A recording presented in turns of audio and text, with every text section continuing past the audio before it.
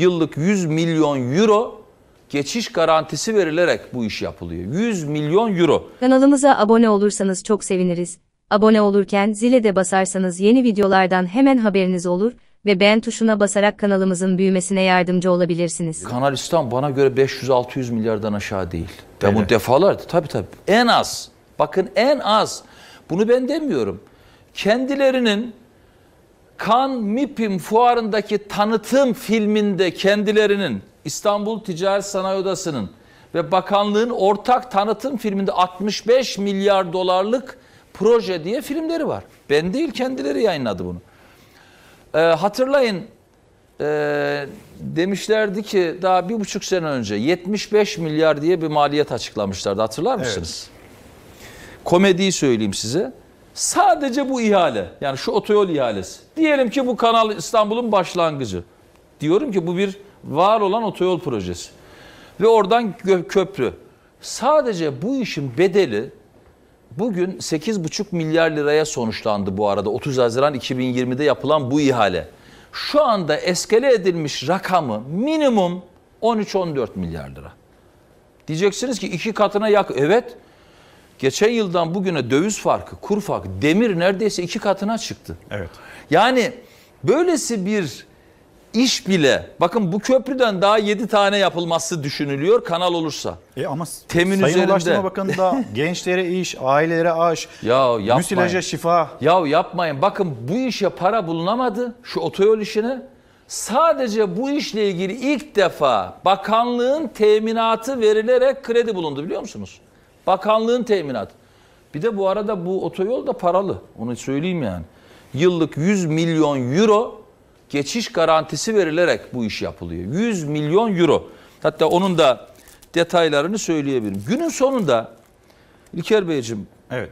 Bir, Kanal İstanbul'a, beton kanala karşıyız. Bu bir rant işidir. Bu Türkiye'nin gelirlerini ipotek altına alacak kötü bir iştir. Bir tane bile bu iyi olur diyeceğiniz bir şey yok mu? Diyemiyorum. Bak ben yalvarıyorum buradan. Dün de yalvardım, sizin ekranlarınızda da yalvarayım. Ey Ulaştırma Bakanımız, Sayın Ulaştırma Bakanı ya da diğer bakanlıklar, Allah için rica ediyoruz. Bizi davet edin. Ya ben İstanbul Büyükşehir Belediye Başkanıyım. Şehre eminim 16 milyon insan adına konuşuyorum. Bizi davet edin, deyin ki bize, al bilim insanlarını, teknik insanlarını gel, biz size anlatacağız. Ankara'ya çağırın gelelim, İstanbul'da bir yere çağırın gelelim. Bu çağrımı 1,5 yıldır yapıyorum. Anlatın bize. Ya bir yerinden iyidir diye yakalasam boynum kıldan ince. Diyeceğim ki ya şöyle iyi bir taraf var, bunu da vatandaşa anlatalım. Ya yok. İlker Bey, vatandaş depremine size geldi. Memleket turunda para gelecek, niye karşı çıkıyorsunuz ya düşünsenize, Malatya'da gariban vatandaş dedi ki buradan bize para gelecekmiş, niye karşı çıkıyorsunuz? AK Partili olduğunu söyledi. Buradan bize para gelecekmiş. Para gelmeyecek. Geçmediğin yolun parasını ödeyeceksin. Bakın hiçbir fizibilitesi olumlu değil. Ahmet Bey diyor ki uluslararası bankalar para vermedi. Veremez. Çünkü dünyanın bütün bankaları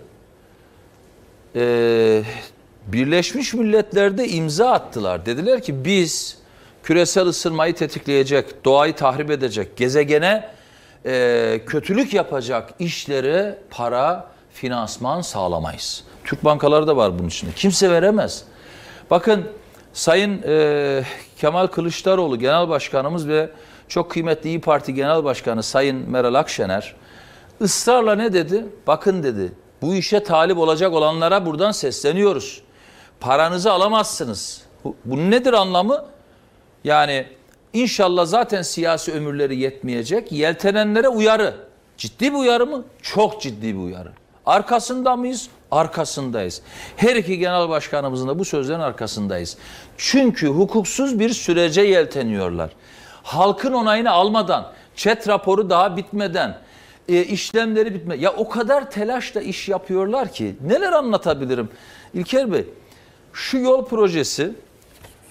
projesi, bakın bu yol projesi bu arada yani o bölgeyi bilenler bilir.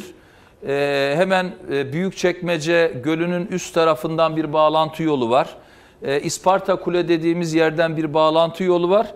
Ve Habibler'den bu yolu, bu Kınalı Yassıören bağlantı yoluna bağlanan yolu var. Şimdi bu yol birçok yerde özel mülklerden geçiyor. Özel mülklerden geçerken devlet iki türlü hareket edebilir. Ya burada bir planlama yapar ki bu 18. madde diye bir uygulama vardır. O uygulamanın marifetiyle, vatandaşların kabulüyle, bir planlamayla bu yolun geçeceği yerleri bir nevi kamuya geçirmiş olur. Ve tereyağından kıl çeker gibi hem vatandaş lehine hem kamu lehine bir süreci bitirmiş olur. O kadar telaşlılar ki, o kadar işlerini takipsiz yapıyorlar ki 20 Kasım 2020'de acil kamulaştırma kararı alıyorlar burası için. Yani bu planlama, uygulama işini yapmaya aceleleri var. Bunu yapmıyorlar. Peki bunun bedeli ne biliyor musunuz? Sadece bunun bedeli. Nedir? Teknik arkadaşlarımın bana ifadeleriyle söylüyorum. En az 5-6 milyar liradan başlayan kamulaştırma bedeli. En az. Çünkü milyonlarca metrekareden bahsediyoruz. Kimin parasıyla bunları yapıyorsunuz? Bu milletin. İşte o Malatya'daki garibanın cebindeki 1 liraya. Bir başkasının 100 lirasına, bir başkasının 1000 lirasıyla. Yazık.